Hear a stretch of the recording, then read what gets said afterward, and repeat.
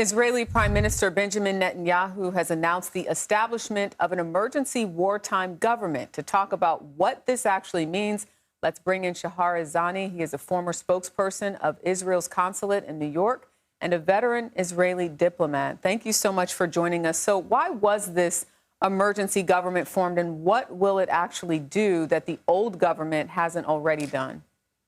Well, it's supposed to send a clear message to the world and the demand of the Israeli public. What we've seen as far as the political divisions within Israel in the month prior to this Nazi barbaric attack is no more.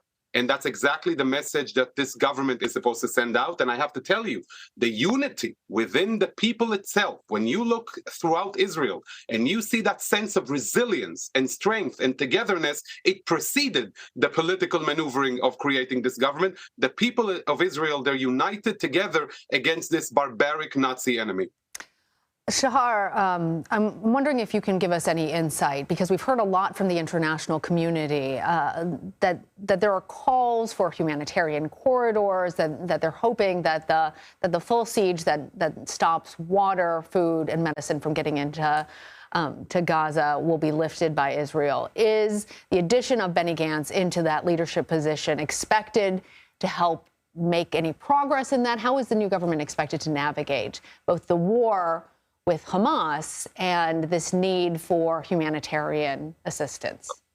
First of all, I think it's a very good point and an opportunity to condemn once more Hamas for its tormenting of its own civilians, not just during this atrocious, barbaric slaughter of Israeli innocent children, men and women, but also throughout its supposed governance over the Gaza Strip. Hamas has been using children as human shields, as opposed to the IDF that's protecting children. Hamas has continuously covered itself and surrounded its terrorists and its rocket launchers with innocent women and children in the hope exactly that of achieving maximum casualty amongst themselves. I think it is in the best interest of Gazans themselves, those who support peace and want to live in peace, and the international community, that Hamas is no more in control of the Gaza Strip. As far as this emergency government, there is complete unity and understanding of what the cause is and what the goal is. And the goal is to remove Hamas as a viable entity on a southern border.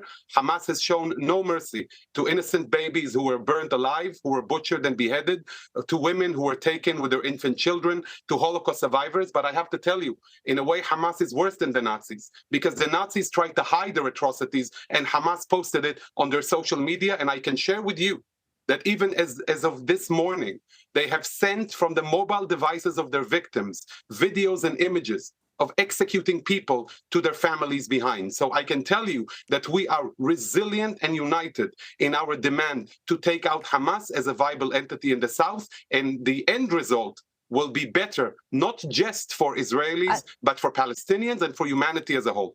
Understand the horrific atrocities. But on the question about humanitarian aid, I'm hoping that you could answer that.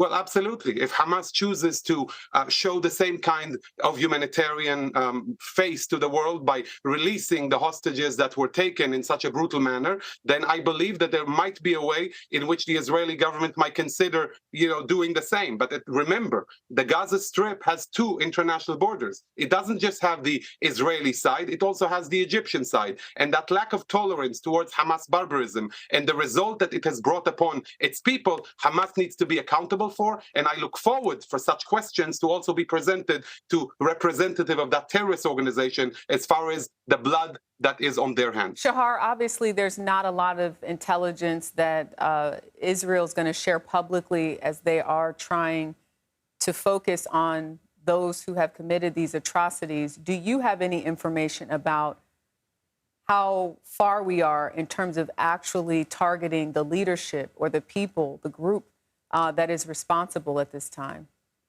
Unfortunately, we do not. It's a very complex situation. You have to understand that in the course of the years that Hamas was in control of the Gaza Strip, under the guise of humanitarian assistance and interactions, Israel allowed the entry of building materials into Gaza for the purpose of, building hospitals, schools. Hamas used it to build an entire underground city for tunnels, missiles, and rockets. I don't know if your viewers are aware, but even in the course of the year prior to this ferocious attack. Israel allowed every day 20,000 Gazans to enter Israel to work, to bring back money to the Gaza Strip. We were hoping that, if we're able to show humanity, even though we knew that Hamas is an enemy entity, to begin with, we had no intention of engaging with Gaza in such a way. In 2005, when we left Gaza, we were literally hoping it becomes Singapore of the Middle East. We left greenhouses there that was actually purchased with American Jewish funds to give the Palestinians businesses so that they can thrive and build their own entity. What we've seen as a result, you can see in front of you, and the ramifications of that rampage will be